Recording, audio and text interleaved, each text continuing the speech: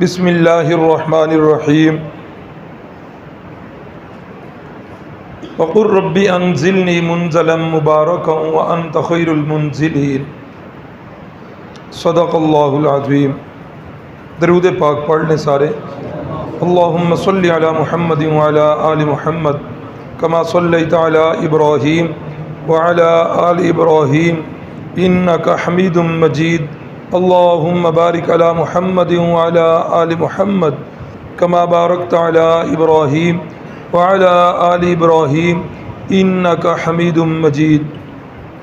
ہر ابتدا سے پہلے، ہر انتہا کے بعد، ہر ابتدا سے پہلے ہر انتہا کے بعد ذات نبی بلند ہے ذات خدا کے بعد۔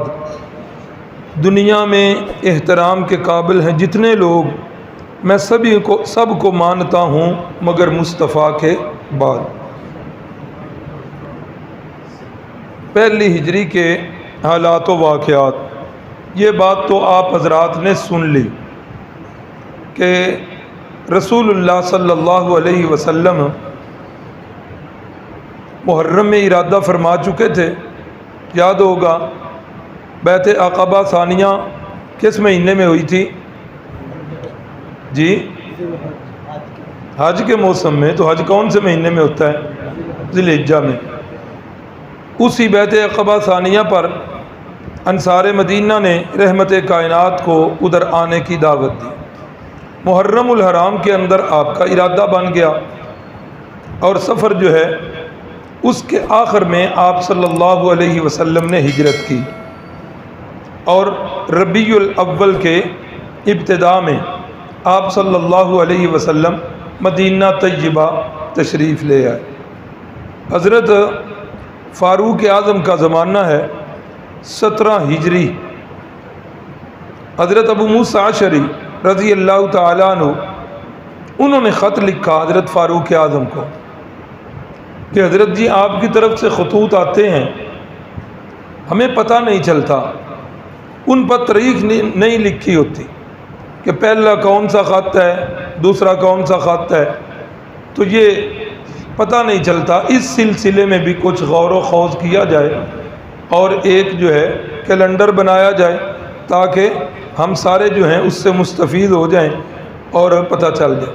حضرت فاروق اعظم رضی اللہ تعالیٰ عنہ نے ایک کمیٹی بنائی ہوئی تھی شورا کی، شورا جن سے مشورہ لیا جاتا ہے۔ تو اس شورا کے اندر وہ صحابہ اکرام تھے جن صحابہ اکرام کو رسول اللہ صلی اللہ علیہ وسلم بھی ترجیح دیا کرتے تھے، ان سے مشورہ مانگا کرتے تھے۔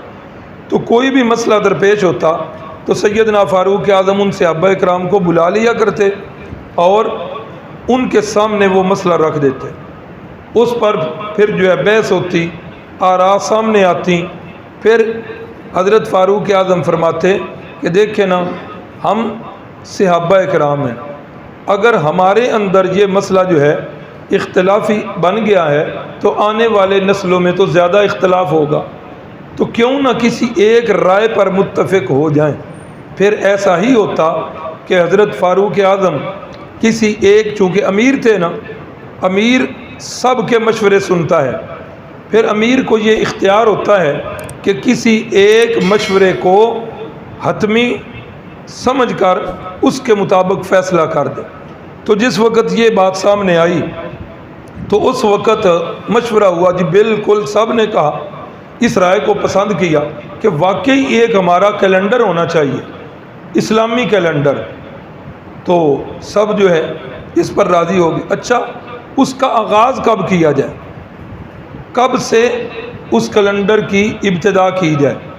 ایک رائے سامنے آئی کہ رسول اللہ صلی اللہ علیہ وسلم کی ولادت باسعادت والے سال سے اسلامی کیلنڈر کا آغاز کیا جائے۔ دوسری رائے آئی کہ آپ صلی اللہ علیہ وسلم کی وفات والے سال، اس سے اس کی ابتدا کی جائے۔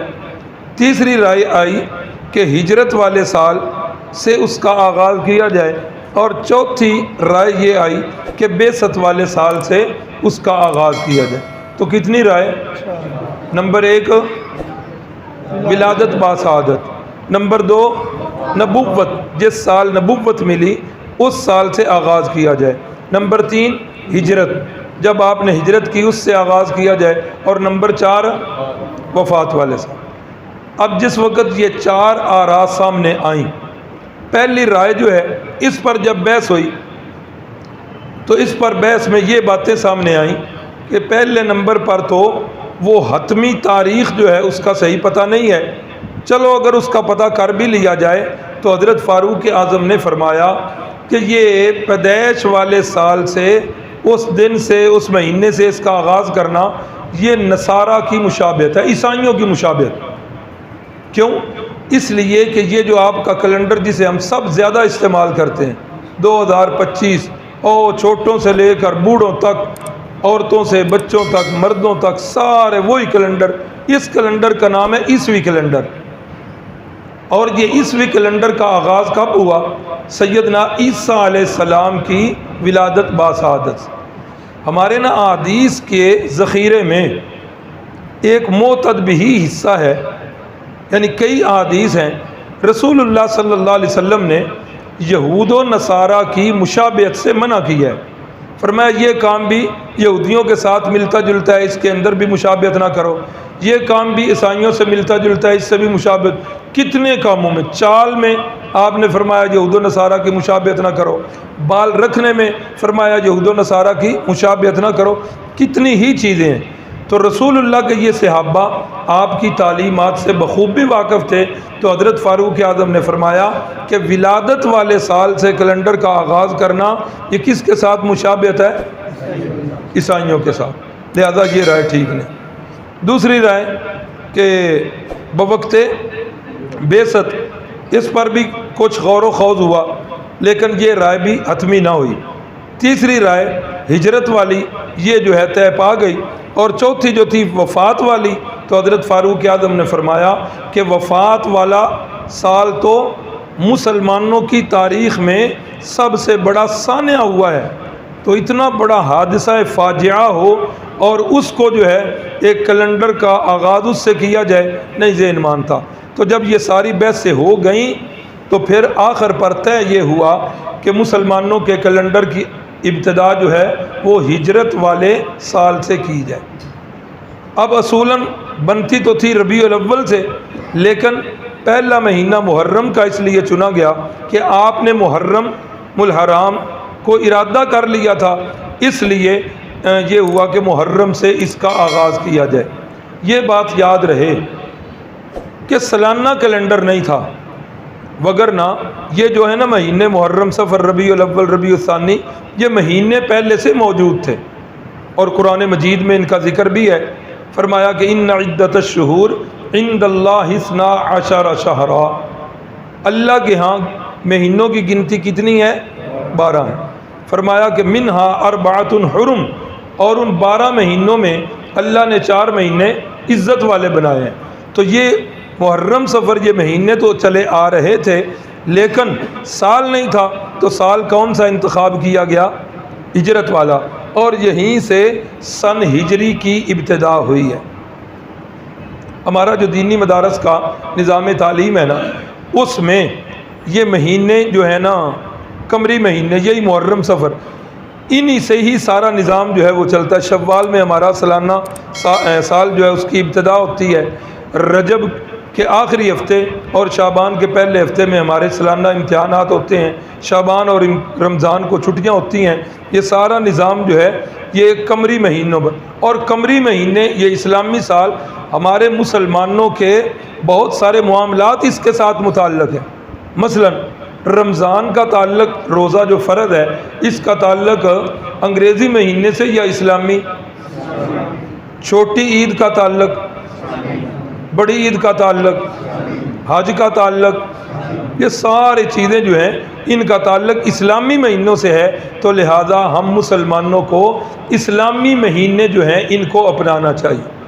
لیکن معاف کریں بچے تو کجا، ہم بڑے جو ہیں ہمیں بھی اسلامی مہینے یاد کو نہیں ہوتے سوائے 2-4 چل رہے ہیں بازار میں، ہاں آگے ٹرالیاں کھڑی ہیں، ناکے لگ گئے ہیں، اوہ کیا ہوا؟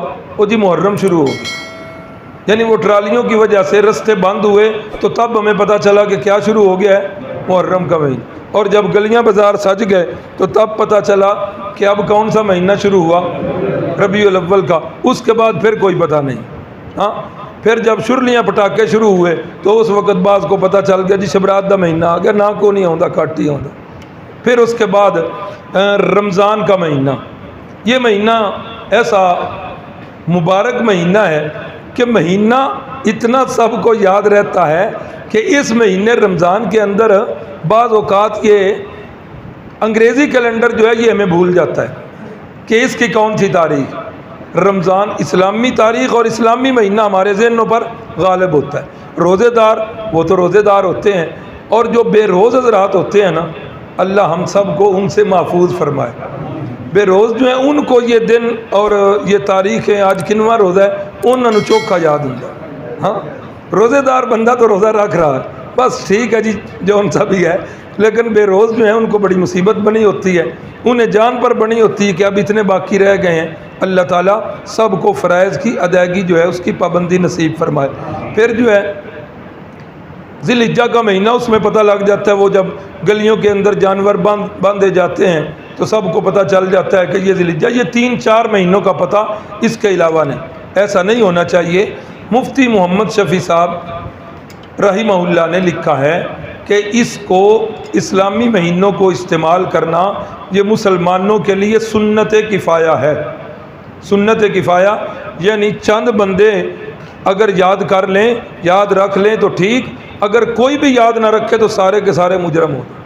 اور الحمدللہ دینی مدارس کا نظام اسی طرح چل رہا ہے. تو یہ سن ہجری کا آغاز جو ہے وہ ہو رہا ہے، تو پہلی ہجری کے حالات و واقعات جو ہیں وہ لکھے ہیں.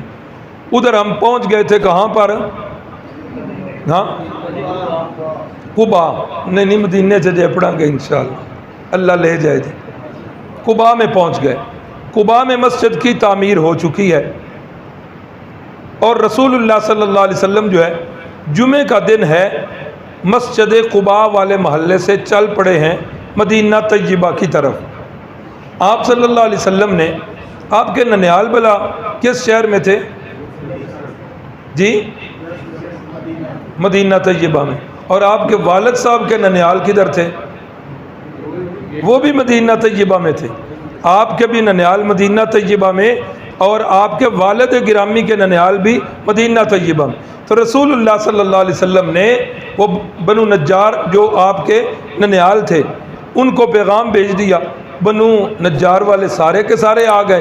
رسول اللہ صلی اللہ علیہ وسلم اپنی کسوا نامی اونٹنی پر سوار ہیں، اور یہ اونٹنی کس نے دی تھی؟ حضرت صدیق اکبر نے. ذہن کو تھوڑا سا حاضر رکھا کریں، اس لیے یہ سوال پوچھتا ہوں تاکہ پچھلی باتیں جو ہیں وہ ذہن میں پختہ ہو جائیں. اور جب ہجرت کا سفر کرنے لگے تھے تو حضرت صدیق اکبر نے یہ تحفے میں دی تھی، پھر آپ نے قیمت اس کی دے دی. تو رسول اللہ صلی اللہ علیہ وسلم جو ہے بڑی شان و شوکت کے ساتھ اب اس محلے سے چلے ہیں، اور یہ جو ہے چل رہے ہیں. تو یہ جمع غفیر ایسا ہے کہ اس کی رفتار جو ہے تھوڑی تھوڑی ہے. اونٹنی، اللہ اکبر، اونٹنی کی کتنی خوش نصیب اونٹنی تھی کہ جس کو رسول اللہ صلی اللہ علیہ وسلم کی اتنی لمبی معیت جو ہے یہ حاصل ہوئی ہے، اور اس کے بعد بھی رسول اللہ صلی اللہ علیہ وسلم کے ساتھ رہی ہے. تو اس سفر میں جب قباء سے چلے تو اونٹنی کی چال بھی بڑی اٹکیلیاں کر رہی تھی. ہاں کیا کہتے ہیں، خدا جب حسن دیتا ہے تو نزاکت آ ہی جاتی ہے. اونٹنی کی چال میں نزاکت شروع ہو گئی. اللہ اکبر.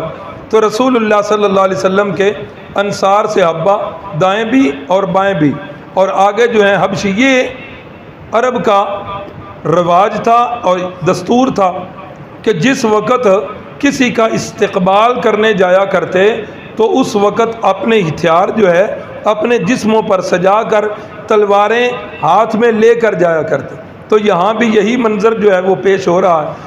تو رستے میں ایک محلہ تھا، جو حضرات اب جائیں وہ ادھر کوئی مقامی ساتھی ہو تو ان سے پوچھ لیں، بنی سالم کا ایک محلہ. یہ چونکہ قباء اور مسجد نبوی کا کافی فاصلہ ہے، اب تو بڑا خوبصورت بازار بن گیا ہے، جگہ جگہ وہ بینچ پڑے ہوئے ہیں، بڑے جو ہے خوبصورت مناظر بن گئے ہیں. تو یہ درمیان میں محلہ تھا بنی سالم کا. تو رحمت کائنات صلی اللہ علیہ وسلم جب اس محلے پر پہنچے تو اس وقت جمعے کا وقت ہو چکا تھا، اور یہیں پر جمعے کی فرضیت ہوئی پہلی ہجری کے اندر ہی، اور یہیں پر ایک کھلے میدان کے اندر رحمت کائنات صلی اللہ علیہ وسلم نے جمعے کی نماز کی ادائیگی کی ہے. جمعے کی نماز کی ادائیگی کے بعد پھر یہ قافلہ جو ہے چل پڑا ہے مدینہ طیبہ کی طرف. اب تو وہ ساری آبادی ہو چکی، اس وقت تو ایسا بالکل نہیں تھا. تو اب یہ چل پڑے ہیں، اور جس وقت جس محلے سے گزرتے ہیں تو وہ سردار جو ہے خدمت عالیہ میں حاضر ہو جاتا. یا رسول اللہ، ہمارے قبیلے کی تعداد بھی بہت زیادہ، یا رسول اللہ ہمارے پاس اسلحہ بھی وافر ہے، یا رسول اللہ ہمارے گھر بھی ہو جائے چراغاں، یا رسول اللہ ہمارے گھر تشریف لے آئیں، ہمارے گھر کو یہ شرف دیں کہ آپ ہمارے مہمان بن گئے. آپ صلی اللہ علیہ وسلم حکیم الامت تھے، نباز شناس تھے. پتہ تھا کہ اب انتخاب تو کسی ایک کا ہونا ہے، کہیں دوسرے جو ہیں ان کے ذہن میں یہ بات نہ آ جائے کہ رسول اللہ نے جن کے گھر میں قیام کیا ہے ان کے ساتھ رسول اللہ کو زیادہ پیار ہے شاید اس لیے. اب یہ ایک چیز ہوتی ہے جو بعض اوقات حسد میں تبدیل ہو جاتی. اس کا علاج آپ نے یہ کیا، آپ نے اونٹنی کی نکیل جو ہے اس کی گردن پر رکھ دی اور فرمایا دعوها فإنها مامورۃ، فرمایا اس کو چھوڑ دو، کوئی بندہ جو ہے اس کے راستے میں رکاوٹ نہ ڈالے، یہ اللہ کی طرف سے مامور ہے، جہاں پر اس کو حکم ہوگا یہ اونٹنی جو ہے ادھر بیٹھ جائے گی. پھر جس محلے سے گزر ہوتا، یہ راستے میں جتنے بھی محلے تھے تو رسول اللہ صلی اللہ علیہ وسلم کو یہ دعوت دیتے تو رحمت کائنات صلی اللہ علیہ وسلم جو ہے یہی جواب میں ارشاد فرماتے کہ چھوڑ دو، یہ جو ہے مامور ہے اللہ کی طرف سے، اور جہاں پر اللہ کا حکم ہوگا وہاں پر یہ بیٹھ جائے. اب یہ اونٹنی چلتے چلتے مدینہ طیبہ میں، پہلے یثرب پھر مدینہ طیبہ، اب یہ اونٹنی جو ہے یہاں پہنچ چکی. اب مدینہ کے ہر گھر کی یہ خواہش کہ اللہ کے نبی ہمارے گھر میں، پورے کا پورا مدینہ جو ہے وہ امڈ آیا ہے، اور جتنی عورتیں ہیں وہ ساری کی ساری چھتوں پر چڑھی، اور ایک ہی نعرہ گونج رہا ہے کہ جاءنا نبی، جاءنا محمد، ہمارے پاس اللہ کے نبی آ چکے ہیں، ہمارے پاس محمد صلی اللہ علیہ وسلم آ چکے ہیں. یہی جو ہے نا نعرہ گونج رہا ہے، اور انصار کی بچیاں دف لے کر یہ ترانہ پڑھ کے رسول اللہ صلی اللہ علیہ وسلم کا استقبال کر رہی ہیں. طلع البدر علینا من ثنیات الوداع وجب الشکر علینا ما دعا للہ داعی. آگے بھی شعر ہے، کہتی ہیں کہ طلع البدر علینا من ثنیات الوداع، وداعی ثنیات الوداع یہ وہ پہاڑیاں تھی چھوٹی چھوٹی جہاں گھر سے نکل کر مہمان کو رخصت کیا جاتا تھا، وہاں تک وہ میزبان جو ہے وہ رخصت ہوتا تھا. ہم جب گاؤں میں بچپن میں جایا کرتے تھے، ہماری پھپھو جان تھی، اللہ تعالیٰ غریق رحمت کرے، بالکل آبادی سے باہر تک ہمارے ساتھ آتی، رخصت کرتی. پرانے لوگوں میں یہ بات تھی. ہمارے ماموں جان تھے صدیق، اللہ ان کی قبر کو منور فرمائے، ان کی بھی یہی عادت تھی، گاؤں سے باہر تک آتے، یہ ادھر سے ہی شاید دستور چلا آ رہا. تو یہ ثنیات الوداع وہ جو ہے نا چھوٹی چھوٹی پہاڑیاں یا گھاٹیاں، تو وہ انصار کی بچیاں کہہ رہی ہیں کہ ان ثنیات الوداع سے آج 14ویں کا چاند ہمارے اوپر طلوع ہو چکا ہے.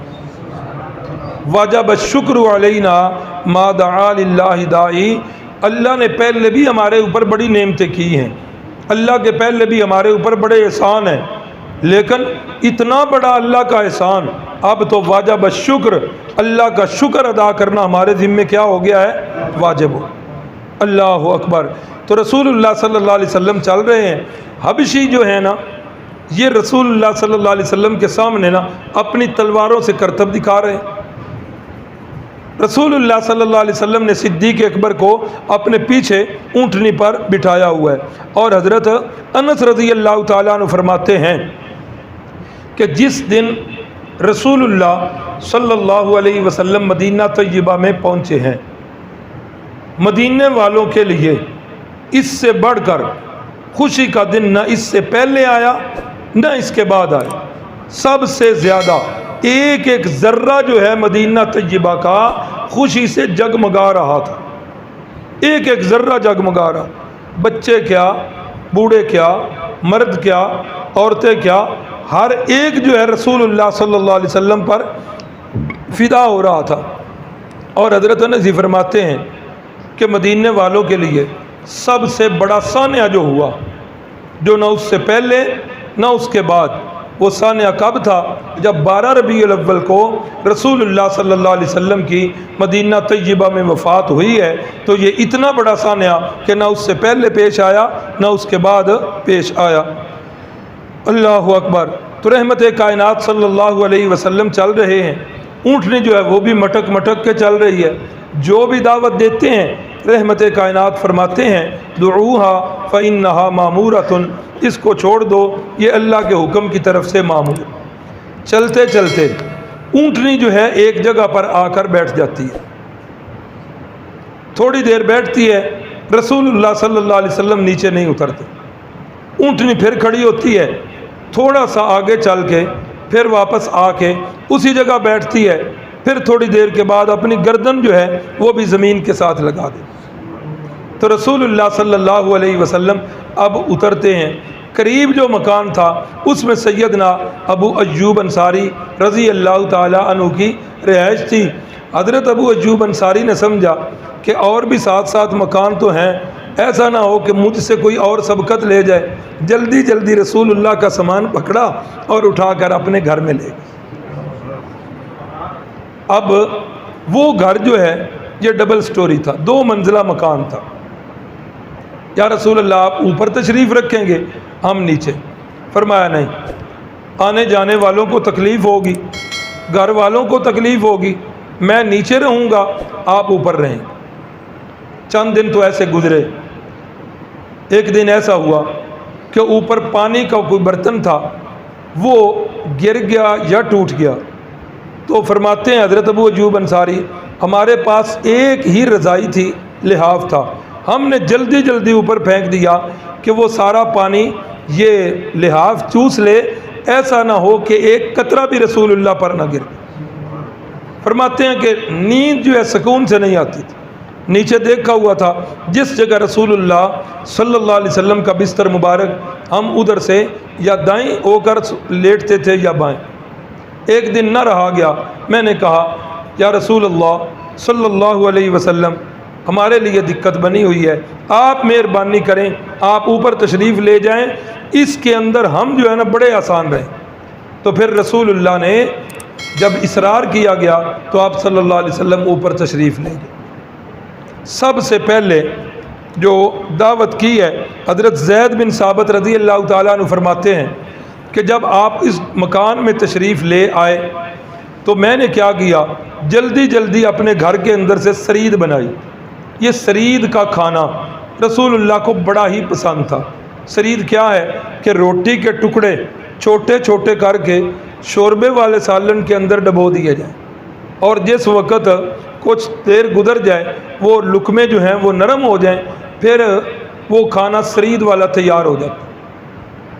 رسول اللہ صلی اللہ علیہ وسلم نے ایک موقع پر فرمایا فضل عائشہ علی سائر النساء کفضل السرید علی الطعام، فرمایا کہ عائشہ صدیقہ کو ساری عورتوں پر ایسے فضیلت ہے جس طرح کے سرید کھانے کو سارے کھانوں پر فضیلت، بڑا ہی پسند کرتے تھے۔ تو حضرت زید بن ثابت رضی اللہ تعالیٰ عنہ فرماتے ہیں کہ سب سے پہلے میں جو ہے دعوت کی اور میں وہ پیالہ سرید والا لے کر حاضر ہوا، کپڑے سے ڈھانپا ہوا ہے۔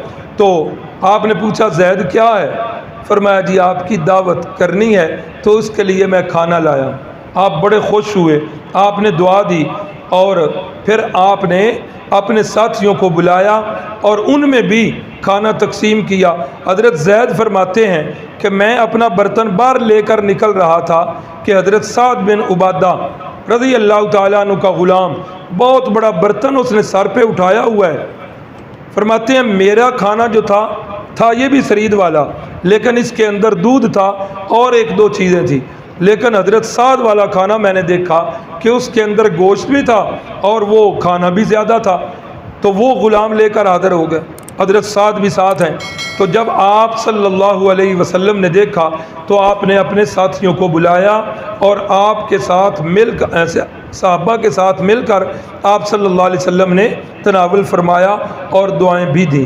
تو یعنی دعوت کرنا، اور خاص کر کے ایسے بندے کی دعوت کرنا جس کا آپ کے ذہن کے اندر نیک آدمی ہو، نیک لوگوں کی دعوت کرنا، یہ رسول اللہ کی بھی اور صحابہ پاک کی بھی سنت سے ثابت ہے۔ اللہ اکبر۔ اب مدینہ طیبہ میں داخلہ ہو گیا۔ اب یہ ایک بحث آتی ہے کہ یہ جو قیام ہوا آپ صلی اللہ علیہ وسلم کا، یہ کس کا گھر تھا؟ یہ حضرت ابو ایوب انصاری کا گھر تھا۔ کل ہمارے فاضل دوست سر جی کہہ رہے تھے کہ آج تک تو ہم نے یہی سنا تھا کہ حضرت ابو ایوب انصاری کے گھر میں تو یہ آپ نے کیا لکھا؟ میں نے کہا کہ تفصیل کل آ جائے۔ مجھے ویسے بڑی خوشی ہوتی ہے جب کوئی ساتھی سوال کرتا ہے نا، تو اس کے سوال سے پتہ چلتا ہے کہ وہ ساتھی کتنا جو ہے نا غور کے ساتھ سن رہا۔ تو مجھے بہرحال ان کے بھی سوال کی بڑی خوشی ہوئی۔ ایک بات یاد رکھیں، کسی رائے کے اندر اختلاف کا ہو جانا یہ یوں سمجھیں کہ تحقیق کا دروازہ کھولتا ہے اور بہت ساری چیزیں جو ہیں وہ سامنے آ جاتی ہیں۔ یہ اب جو میں واقعہ سنانے لگا ہوں یہ طبقات ابن سعد کے اندر بھی ہے، ضیاء النبی پیر کرم شاہ صاحب کی اس کے اندر بھی ہے، سیرت مصطفیٰ حضرت کاندلوی اس کے اندر بھی ہے، اور بھی سیرت کی کئی کتابوں کے اندر ہے کہ طبہ ایک بادشاہ گزرا ہے، اور یہ بادشاہ یمن کے علاقے کا بادشاہ تھا۔ یہ آیا کسی غرض سے، بعض سیرت والے تو لکھ رہے ہیں کہ بیت اللہ کا عمرہ کرنے کے لیے آیا، اسی نے بیت اللہ کا غلاف بھی تبدیل کیا، اور اس کے ساتھ بہت سارے افراد تھے۔ تو جس وقت یہ ادھر سے واپس جاتے ہوئے مدینہ طیبہ، اس وقت تو کچھ بھی نہیں تھا، جب یہاں سے گزرا تو اس کے ساتھ تقریباً 400 کے قریب تورات کے علماء تھے، یہودی۔ اب ان علماء نے جب رات کو یہاں قیام ہوا، اس علاقے کی نشانیاں دیکھیں، تو صبح جب کوچ کرنے لگے تو یہ 400 یہودی علماء طبہ اس بادشاہ کے پاس حاضر ہوئے کہ آپ مہربانی کریں، آپ یہیں پر ہمیں رہنے کی اجازت دے دیں، ہم یہیں رہنا چاہتے ہیں۔ بادشاہ بڑا حیران کہ خیر تو ہے، تم سرکاری مراعات چھوڑ کر، شاہی دربار چھوڑ کر تم یہاں رہنے کو کیوں ترجیح دے رہے ہو؟ کوئی خاص وجہ ہے؟ مجھے بھی بتاؤ۔ انہوں نے کہا ہاں خاص وجہ ہے، وہ یہ ہے کہ ہم نے تورات کے اندر نبی آخر الزمان کی جو نشانیاں پڑھی ہیں کہ وہ نبی آخر الزمان ہجرت کر کے جس سرزمین پر تشریف لائیں گے وہ یہی سرزمین ہوگی جس پر ابھی ہم ٹھہرے ہوئے، وہ ساری نشانیاں اس جگہ کے اندر موجود۔ ہم یہ چاہتے ہیں کہ جب نبی آخر الزمان تشریف لائیں تو ہم ہی ان کا استقبال کریں، ہم ہی ان کی مدد اور نصرت کریں۔ بادشاہ بڑا خوش ہوا، کہنے لگا یہ تو بڑی اچھی بات ہے۔ بادشاہ پھر بادشاہ ہوتے ہیں، جو بات ذہن میں آ جائے پھر اس پر عمل بھی کر لیتے ہیں۔ بادشاہ نے کیا کیا طبہ نے کہ 400 مکانات کی یہاں پر تعمیر، اس جگہ پر 400 مکانات تعمیر کیے، اور باقی سارے مکانات ایک منزلہ، اور ایک مکان جو ہے اس نے 2 منزلہ تعمیر کی، ڈبل سٹوری۔ اور ان 400 علماء سے کہا کہ یہ سارے آپ کے مکانات ہیں، اور یہ مکان جو ڈبل سٹوری مکان ہے نا، یہ جن کے بارے میں آپ بتا رہے ہیں نبی آخر الزمان، یہ مکان میں نے ان کے لیے تعمیر کروایا، یہ مکان میں نے ان کے لیے تعمیر کروایا ہے۔ اور ساتھ ایک خط اس نے لکھا، جس خط کی تحریر جو ہے وہ کتب سیرت کے اندر موجود ہیں۔ لکھتے ہیں اما بعد یا محمد انی آمنت بکا وبکتابک الذی نزل اللہ علیک، اے محمد صلی اللہ علیہ وسلم، اگرچہ میں نے ابھی آپ کا زمانہ نہیں پایا، اس کے باوجود میں آپ پر ایمان لے آیا۔ صرف آپ پر ایمان نہیں، آپ پر جو اللہ کتاب نازل کریں گے میں اس کتاب پر بھی ایمان لا چکا ہوں۔ وَأَنَا عَلَىٰ دِينِكَ، اور میں آپ کے دین پر بھی ہوں۔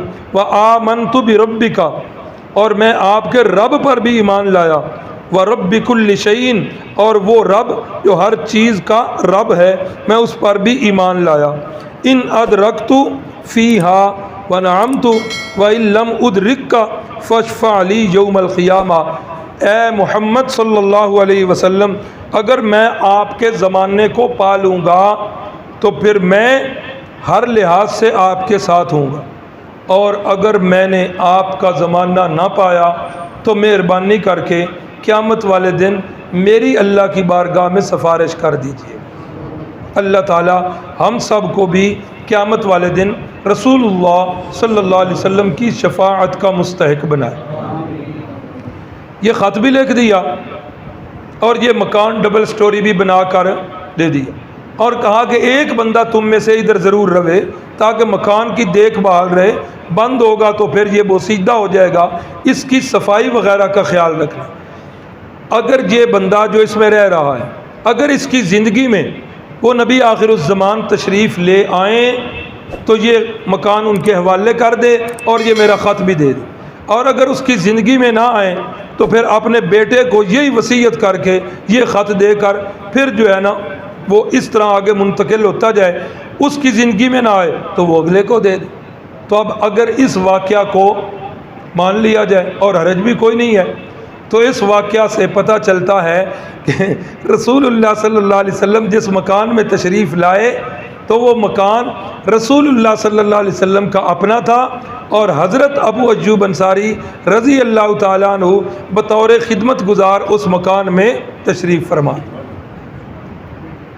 اللہ اکبر۔ تو چونکہ ساری کتابوں والے لکھتے ہیں کہ باقی مکانات جو ہیں وہ ایک منزلہ تھے اور یہ مکان 2 منزلہ، تو یہ بات بھی آپ سب نے سنی ہے کہ ابھی بھی میں نے بھی بتائی ہے کہ رسول اللہ صلی اللہ علیہ وسلم پہلے جو ہے نیچے، تو پھر دوسری منزل جو ہے اسرار کے ساتھ آپ دوسری منزل پر آپ تشریف فرما ہوئے۔ اللہ اکبر۔ تو یہ حضرت کا قیام جو ہے، اس واقعے کو اگر لیا جائے تو آپ کا اپنے گھر میں ہی قیام تھا۔ اس کے بعد اب سب سے پہلا مرحلہ جو تھا وہ تھا تعمیر مسجد نبوی، اور یہ مسجد نبوی کی تعمیر، ہاں ایک بات جو رہ گئی، حضرت ابو ایوب انصاری جن کو میزبانی کا شرف حاصل ہوا، اللہ اکبر، یہ فرماتے ہیں کہ ہمارے گھر کی یہ پکی عادت بن گئی، ہم جب کھانا تیار کر لیتے تو وہ کھانا رسول اللہ صلی اللہ علیہ وسلم کی خدمت میں بھیج دیتے، آپ وہ کھانا تناول فرماتے، تو جس وقت وہ کھانا بچ کے آ جاتا تو ہم برتن میں اس جگہ کو تلاش کرتے جس جگہ پر رسول اللہ کی انگلیاں مبارک یا آپ کے ہونٹ مبارک کے نشانات ہوں، تو پھر ہم کیا کرتے، ہم بھی پھر انگلیاں مبارک ہوں یا ہونٹوں کے نشان، ہم بھی پھر انہی جگہ پر ہونٹ لگا کر اس چیز کو تناول کرتے اور آپ صلی اللہ علیہ وسلم کا بچا ہوا کھانا کھاتے۔ قربان جائیں حضرت ابو ایوب انصاری کے نصیب پر، کتنی دفعہ ہی آپ کا بچا ہوا کھانا انہیں نصیب ہوا۔ فرماتے ہیں ایک دن جو ہم نے کھانا بھیجا، تھوڑی دیر کے بعد میں برتن لینے کے لیے گیا نا، تو اسی طرح کپڑے سے ڈھکے ہوئے میں لے کر نیچے آ گیا، اور جب آ کے کپڑا اتارا دیکھا کہ کھانا بھی جو ہے نا وہ اتنی مقدار میں کم نہیں ہوا، بڑا تلاش کیا، کہیں سے انگلیاں مبارک کے نشان بھی نظر نہ آئے اور ہونٹ مبارک جو ہیں ان کے بھی نشان نظر نہ۔ میں بڑی پریشان کہ آج آپ نے کھانا تناول نہیں کیا، بڑی پریشانی ہوئی۔ میں جلدی جلدی بارگاہ رسالت مآب میں حاضر ہوا، یا رسول اللہ، اونچی آواز سے، صلی اللہ علیہ وسلم، خیریت تو ہے، آج کھانا تناول نہیں فرمایا۔ فرمایا جب کھانے سے کپڑا اٹھایا تو کھانے کے اندر سے، سالن کے اندر سے لہسن کی بو آ رہی تھی۔ کس چیز کی بو؟ لہسن کی بو آ رہی تھی، تو اس لیے میں نے کھانے کو چھوڑ دیا۔ یا رسول اللہ، پھر ہم؟ فرمایا نہیں، آپ کھا سکتے ہو، منع نہیں کیا۔ فرمایا میں نے فرشتوں کے ساتھ بات کرنی ہوتی ہے، فرشتوں کے ساتھ تکلم کرنا ہوتا ہے، اور فرشتے جو ہیں وہ بو کو ناپسند کرتے ہیں، فرشتوں کو ان سے تکلیف ہوتی ہے۔ اتنا ضرور فرمایا ایک اور حدیث کے اندر کہ جس وقت تم میں سے کوئی پیاز استعمال کر لے یا لہسن استعمال کر لے، استعمال کرنے سے منع نہیں کیا، فرمایا کہ جب کوئی یہ چیز استعمال کر جائے تو اس وقت فوراً مسجد میں نہ آئے۔ کیوں؟ اس لیے کہ مسجد میں اللہ کے فرشتے عبادت کر رہے ہوتے ہیں، اور فرشتوں کو بو سے کیا ہوتی ہے؟ تکلیف۔ خوشبو لگا کر مسجد میں آنا یہ رسول اللہ کی سنت، اور بدبو والی چیز کو استعمال کر کے مسجد میں نہ آنا یہ بھی اللہ کے نبی کی تعلیم ہے۔ اس لیے مسجد میں جب بھی آئیں خوشبو لگا کر آئیں۔ ہمارے بھائی وقاص صاحب ہیں، مسجد کی خوشبو ہر مہینے وہ بوتلیں جو خوشبو والی ہوتی ہیں روم سپرے کی، بھائی نواز صاحب کے بھائی ہیں چھوٹے، وہ بھیج دیتے ہیں۔ کتنا پیارا عمل ہے ان کا، اللہ اس عمل کو قبول فرما لے۔ مسجد کو خوشبودار بنانا، پھر نمازیوں کا خوشبو لگا کے آنا، یعنی ایسا ماحول جہاں پر رہنے کا دل کر رہا۔ اسی لیے تو مرشد نے فرمایا المؤمن فی المسجد کالسمک فی الماء، کہ مومن بندہ مسجد میں آ کر ایسے ہوتا ہے جیسے مچھلی پانی۔ والمنافق فی المسجد کالطیر فی القفص، فرمایا منافق بندہ تو مسجد میں ایسے ہوتا ہے جیسے پرندہ پنجرے میں بند کیا ہو۔ میں سمجھتا ہوں یہ بڑا اچھا پیمانہ دے دیا مجھے رسول اللہ صلی اللہ علیہ وسلم نے کہ میں اپنے ایمان کا حساب لگا لوں۔ اگر مسجد میں آ کر میرا دل خوش ہوتا ہے تو مجھے یقین کر لینا چاہیے کہ میں مومن ہوں، اور اگر آ کر مسجد میں دل کڑتا ہے ہاں تو پھر مجھے اپنے ایمان کی فکر کرنی چاہیے۔ لیکن معذرت کے ساتھ یہ ہم اہل مساجد کی بھی ذمہ داری ہے کہ مسجد کے ماحول کو صاف ستھرا رکھیں تاکہ نمازی آئیں تو وہ خوش ہو کے بیٹھیں اور اللہ کا ذکر تلاوت جو بھی کریں وہ کریں۔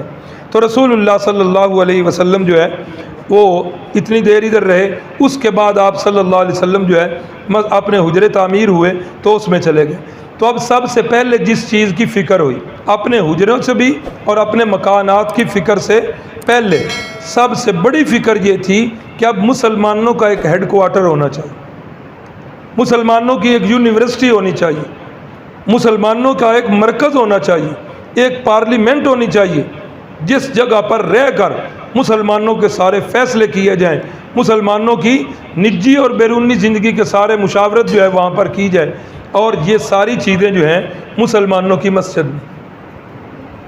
رسول اللہ صلی اللہ علیہ وسلم کی تعلیم ہے، آپ کے دور میں جتنے بھی نکاح ہوئے آپ کا بلکہ یہ حکم ہے، فرمایا کہ نکاح جو ہے مساجد میں کیا کر۔ اب جب نکاح اللہ کے گھر میں ہوگا تو آٹومیٹکلی اس میں برکت آئے گی کہ نہیں آئے گی؟ لیکن آج ہم اچھا آپ بیٹھے ہوئے ہیں ماشاءاللہ، اچھا پھر اب جب ہم نے مساجد میں نکاح کرنے چھوڑے، شادی حالوں میں نکاح ہونے شروع ہو گئے، شادی حال اللہ معاف فرمائے، اللہ معاف فرمائے، بہت سارے گناہوں کا مرکب۔ ایک تو وہاں بینڈ باجے اور پتہ نہیں کیا کیا، دوسرا مرد و زن کا اختلاط، بے پردہ عورتیں اور فل میک اپ کر کے گناہ کی دعوت دینے والے، اللہ تعالیٰ معاف کرے۔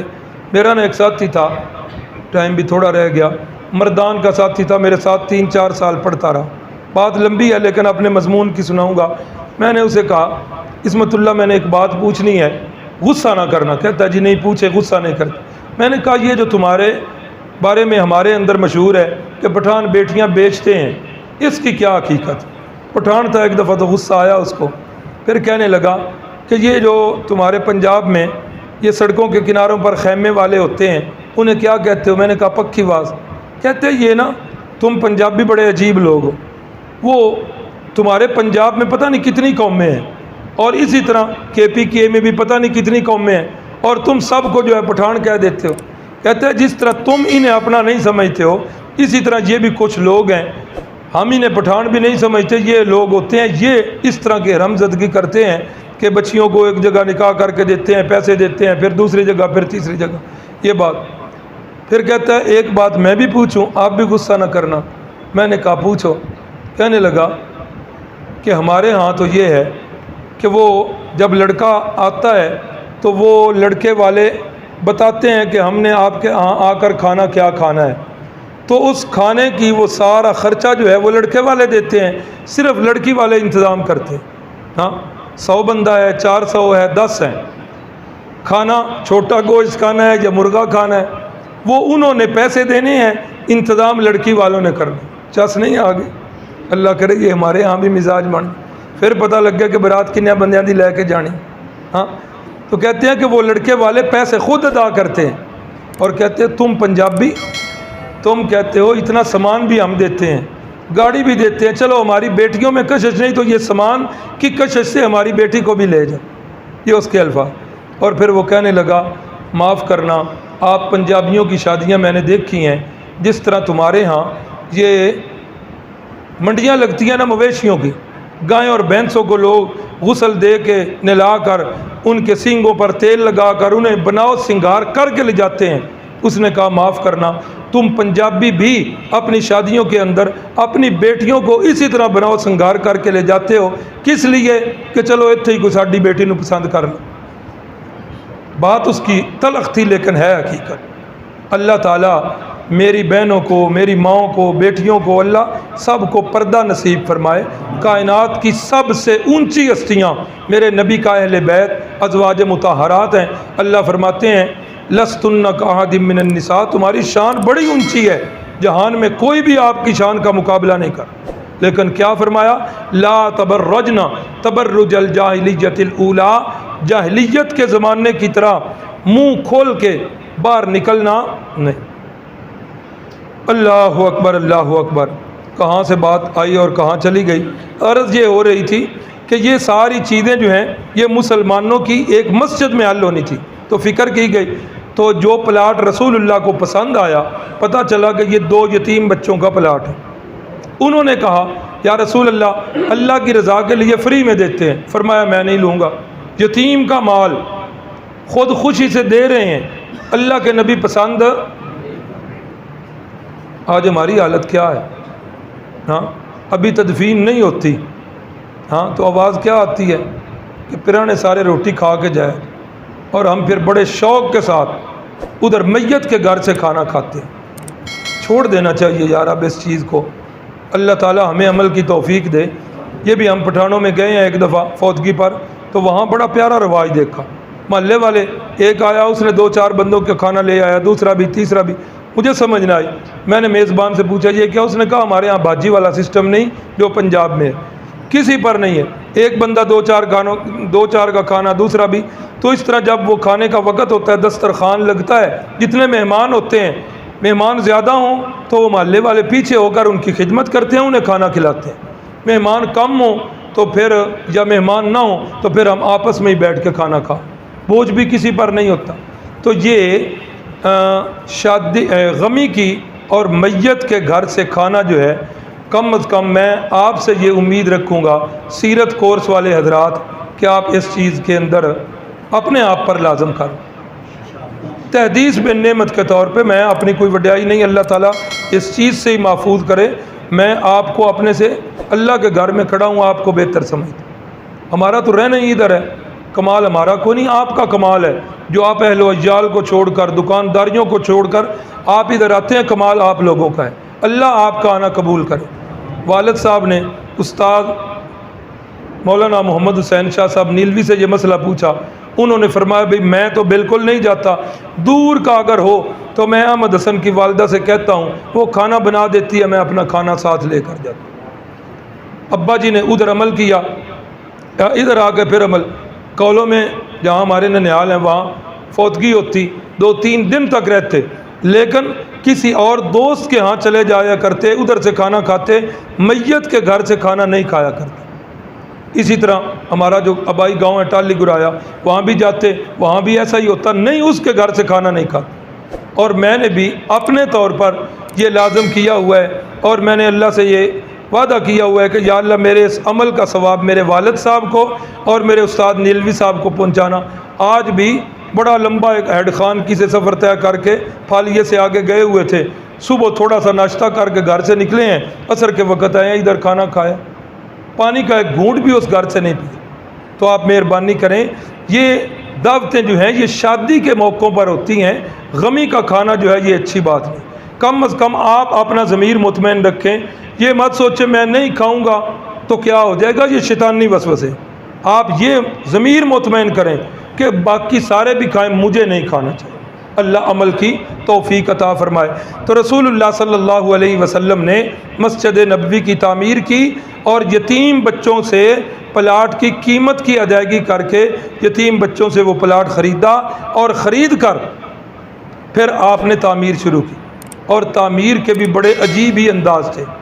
آپ نے فرمایا اینٹیں جو ہے تیار کرو، کچی اینٹیں تیار کی گئیں، تو جب وہ خشک ہو گئیں تو 3 ہاتھ جو ہے نیچے کھدائی کی گئی۔ اب وہ تعمیر شروع ہے۔ حضرت سیدنا صدیق اکبر بھی اینٹیں اٹھا کر لا رہے ہیں، فاروق اعظم بھی، صحابہ اکرام بھی، اور خود رسول اللہ صلی اللہ علیہ وسلم بنفس نفیس اینٹیں اٹھا کر لا رہے ہیں، مسجد کی تعمیر کر رہے ہیں۔ مسجد کی تعمیر بڑے ہی اونچا جو ہے نا عمل، بڑا اونچا عمل۔ اگر آپ کے محلے میں کوئی مسجد تعمیر ہو رہی ہو تو کم از کم جتنا پیسے دینے سے بھی یہ عمل جو ہے اور زیادہ محبوب ہے کہ بندہ اس کے اندر بنفس نفیس مزدوری کرے، یہ عمل زیادہ محبوب۔ اللہ اکبر۔ تو رسول اللہ صلی اللہ علیہ وسلم نے مسجد نبوی کی تعمیر کی ہے۔ اس تعمیر کے اندر ایک کتاب میں پڑھ رہا تھا کہ یوں کر کے نا آپ نے اینٹیں اتنی زیادہ اٹھائی ہوئی تھیں کہ یہ پیٹ مبارک کے ساتھ لگی ہوئی، وہ جس طرح زیادہ اینٹیں عام طور پر تو 1-2 اینٹیں اٹھائی جا رہی تھی، تو اس وقت آپ نے زیادہ اینٹیں اٹھائی ہوئی تھی۔ اور صحابہ اکرام آگے بڑھے کہ یا رسول اللہ ہمیں دے دیں، تو فرمایا پیچھے پڑی ہوئی ہیں اور جا کے لے آؤ۔ حضرت عثمان بن مظعون رضی اللہ تعالیٰ عنہ، یہ آج ہی ابھی واقعہ نظر سے گزرا، یہ بڑے نفیس الطبع انسان تھے۔ یہ ہوتا ہے، فطرت کے اندر ہوتا ہے، یہ اپنا اختیار نہیں ہوتا۔ تو حضرت عثمان بن مظعون جو ہے نا، یہ اینٹ اٹھاتے تو اپنے کپڑوں سے ذرا دور رکھتے کہ میرے کپڑے جو ہیں ان کے ساتھ مٹی نہ لگ جائے، تعمیر کے اندر برابر میں ہیں تو میرے کپڑوں پر مٹی نہ لگ جائے۔ اگر پھر لگ جاتی جلدی اس کو جھاڑ کے پھر جو ہے اینٹیں لے آتے۔ پھر گارا بنانے کی باری آئی تو رسول اللہ صلی اللہ علیہ وسلم نے پوچھا ہاں بھائی گارا کون بنائے گا؟ جب ان کی طرف دیکھا تو فرمایا جی میں تو اینٹیں لے کے آ رہا ہوں۔ فرمایا نہیں اینٹاں اور لے آؤں گے، تو گارا بنا۔ اللہ اکبر۔ یہ پیار تھا رسول اللہ صلی اللہ علیہ وسلم کا اپنے یاروں کے ساتھ۔ سبق کا ٹائم جو ہے وہ آخر میں آ گیا ہے۔ مدینہ طیبہ کے مستقل فضائل جو ہیں یہ رسول اللہ صلی اللہ علیہ وسلم نے فرمائے۔ جب صحابہ کرام یہاں تشریف لائے نا، جو حضرات گئے ہیں انہیں تو یہ اچھی طرح تجربہ ہو چکا ہے، جو نہیں گئے اللہ انہیں بھی یہ تجربہ کروائے۔ مکے کی اور مدینے کی آب و ہوا کے اندر بڑا فرق ہے، بڑا ہی فرق ہے۔ آب و ہوا کے اندر بھی، پھر صرف آب و ہوا میں نہیں، لوگوں کے مزاج میں بھی بڑا فرق ہے۔ یوں سمجھ لیں کہ مکے کے اندر جلال ہے اور مدینے کے اندر جمال ہے۔ مکے کی آب و ہوا گرم اور خشک ہے اور مدینہ طیبہ کی آب و ہوا تر اور ٹھنڈی ہوا ہے۔ اب یہ صحابہ اکرام جو مہاجر تھے نا، یہ اپنے ماحول میں وہ پرورش ان کی ہوئی، ساری زندگی گزری۔ مدینہ طیبہ میں آئے تو وہ مرطوب ہوا تھی، نمی والی ٹھنڈی ہوا۔ اب یہ ہوا جو ہے یہ مزاجن کچھ صحابہ کو راس نہ آئی، جن میں سیدنا بلال حبشی رضی اللہ تعالیٰ عنہ، یہ بھی بڑے سخت بیمار ہو گئے۔ سیدنا صدیق اکبر رضی اللہ تعالیٰ عنہ، یہ بھی بڑے بیمار، اور بھی صحابہ اکرام بڑے بیمار ہوئے۔ جس طرح اب یہ سیلاب کا موسم تھا، تو سیلاب کے بعد جب یہ سیلاب سمٹتا ہے نا تو ان علاقوں کے اندر بہت زیادہ جو ہے نا وبائی امراض پھوٹ پڑتی ہیں۔ تو اس وقت وہ ہمارے جو ہیں سیلاب زدگان، وہ بھی ہماری مدد کے بڑے ہی منتظر ہیں۔ اس کے اندر کوئی ساتھی اگر مدد کرنا چاہے نا تو 2-3 چیزیں ہی ہیں، جانوروں کے لیے ونڈا یا گندم پرانی گھر میں رکھی ہوئی ہو، یا نقدی جس سے وہ اپنی ضروریات زندگی خرید سکیں، یہ ہونا چاہیے۔ آج ہمارا اشاعت التوحید و سنہ کا ماہانہ اجلاس تھا، تو اس کے اندر بھی یہی مشورہ طے ہوا کہ کم از کم جہاں جہاں ہمارے ساتھی ہیں ان کی مدد ہمارے ذمہ لازم ہے۔ تو امیر صاحب نے اور قاری نصیر صاحب نے یہ طے کیا کہ ہر مسجد سے ساتھی جو ہیں ترغیب دی جائے، جو ساتھی دینا چاہیں۔ پہلے بھی سیلاب میں کرتے ہیں، پھر ہم تنظیموں کے سپرد نہیں کرتے، کسی کی جو ہے نا مذمت نہیں ہے، ایک دل کے اطمینان والی بات ہے۔ ہم پھر کوشش کرتے ہیں خود جائیں قاری نصیر صاحب جاتے ہیں یا کوئی اور جماعت کے ذمہ دار افراد، وہاں جا کر ہم جو ہے نا ساتھیوں کو خود تقسیم کر کے آتے ہیں۔ جو ساتھی کر رہے ہیں اللہ ان کا قبول فرمائے، اگر کوئی اس مد میں تعاون کرنا چاہیں تو وہ قاری نصیر صاحب سے جو ہے وہ رابطہ کر لیں۔ تو مدینہ کی یہ ہوا جو ہے نا یہ ساتھیوں کو راس نہ آئی۔ تو پھر رسول اللہ صلی اللہ علیہ وسلم نے دعا کی، اللہم ان ابراہیم عبدک، اے اللہ حضرت سیدنا ابراہیم علیہ السلام وہ تیرے بندے تھے اور خلیل تھے، دعا لأہل مکہ تھا، اے اللہ انہوں نے مکہ والوں کے لیے دعا کی، وَأَنَّ مُحَمَّدًا عَبْدُكَ وَرَسُولُكَ، اے میرے اللہ میں بھی تیرا بندہ ہوں، تیرا محبوب ہوں، میں دعا کرتا ہوں اہل مدینہ کے لیے۔ میرے ابا جان ابراہیم نے کن کے لیے دعا کی تھی؟ مکے والوں کے لیے۔ میں تیرا محبوب دعا کر رہا ہوں کن کے لیے؟ مدینہ والوں کے لیے، ان تبارک لہم فی ساعہم و مدہم، اے اللہ ان کے جو ٹوپے اور پڑوپیاں وہ ماپنے کے پیمانے سا اور مد، اے اللہ ان کے پیمانوں کے اندر برکتیں ڈال دے جس طرح کہ تو نے اہل مکہ کے لیے برکتیں کی تھی، اے اللہ ان کے پیمانوں کے اندر بھی برکتیں ڈال دے۔ رسول اللہ صلی اللہ علیہ وسلم نے فرمایا کہ مدینہ کے آس پاس فرمایا کہ ایک چین ہے اللہ کی طرف سے فرشتوں کی جو دن رات مدینہ طیبہ کی حفاظت کر رہے، دن رات ان کی ڈیوٹی یہ ہے، بدلتے ہیں تو اوپر سے اور آ جاتے ہیں۔ اور فرمایا کہ مدینہ کے اندر طاعون کی وبا بھی قیامت تک نہیں آ سکتی، دجال جو پوری دنیا پر پھر لے گا مدینہ کے اندر دجال بھی داخل نہیں ہو۔ اور ایک حدیث پاک میں فرمایا من استطاع منکم اللہ یموت الا بالمدینہ فلیموت، اگر کوئی بندہ ایسا کر سکتا ہو تو اسے ایسا کرنا چاہیے کہ اسے موت مدینہ طیبہ کی آ جائے، ہاں فلیموت، مدینہ کے اندر جو ہے وہ فوت ہوئے۔ کیوں؟ اس لیے فرمایا کہ جو مدینہ کے اندر فوت ہوگا قیامت والے دن میں اس کی سفارش کروں گا۔ اسی لیے سیدنا فاروق اعظم کی ایک دعا تھی بڑی مشہور، اکثر یہ دعا کرتے اللہم ارزقنا شہادتاً فی سبیلک و وفاتاً فی بلد حبیبک، اے اللہ میں عمر جو ہے تجھ سے دعا کر رہا ہوں کہ مجھے موت بھی جو ملے تو وہ شہادت کی، اور شہادت کی موت بھی کہاں ملے؟ مدینہ طیبہ۔ لوگ دعا سن کر حیران ہوتے کہ اسلام تو بڑا پھیل گیا ہے، تو مدینہ کے اندر شہادت کی موت حضرت عمر کیسے مانگتے؟ تو اللہ نے پھر دعا سے قبول کی، مدینہ کی بجائے اللہ نے مسجد نبوی، اور پھر مسجد نبوی میں بھی مصلی رسول پر نماز کی حالت میں تھے کہ اس مجوسی غلام نے جو ہے وہ قاتلانہ حملہ کر دیا۔ انشاءاللہ کل سبق یہیں سے چلے گا۔ اللہ تعالی ہم سب کو قیامت والے دن رسول اللہ صلی اللہ علیہ وسلم کی شفاعت نصیب فرمائے۔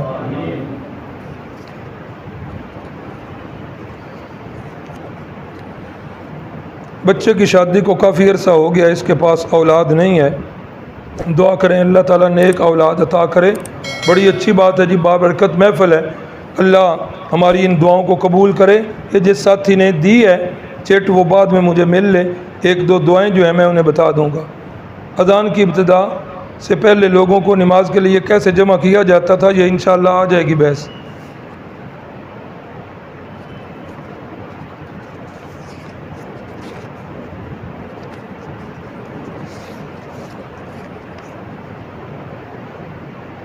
آپ کی بعثت سے پہلے جتنے علماء تھے انہیں یہود علماء کہا جاتا ہے، جبکہ ہمارے ماحول معاشرے میں یہود تو کفار کو کہا جاتا ہے۔ کفار جو ہیں وہ یہود ہیں اور یہود جو ہیں کفار ہیں، تو اس کے اندر تو کوئی رائے نہیں ہے۔ پہلے والے سارے نہیں، جو یہود تھے وہی یہود ہیں۔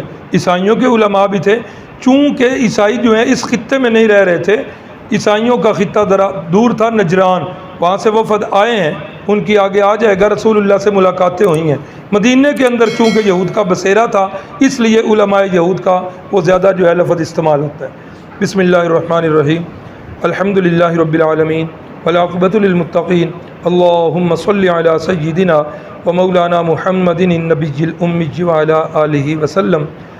اے اللہ رات کا ایک حصہ بیت چکا، تیرے بندے تیرے گھر میں بیٹھ کر تیری بارگاہ میں ہاتھ اٹھائے، جولیاں پھیلائے، تجھ سے اپنی حاجات مانگ رہے ہیں۔ اے اللہ ان کی جائز خواہشات کی تکمیل فرما، ان کی حاجات کو پورا فرما۔ رزق حلال نصیب فرما۔ جن بھائیوں نے جن بہنوں نے دعاؤں کے لیے کہا ہوا ہے، اے اللہ تو ایک ایک سے آگاہ ہے، ان کی ضروریات سے بھی آگاہ ہے۔ اے اللہ سب کو اپنے غیب کے خزانوں سے عطا فرما۔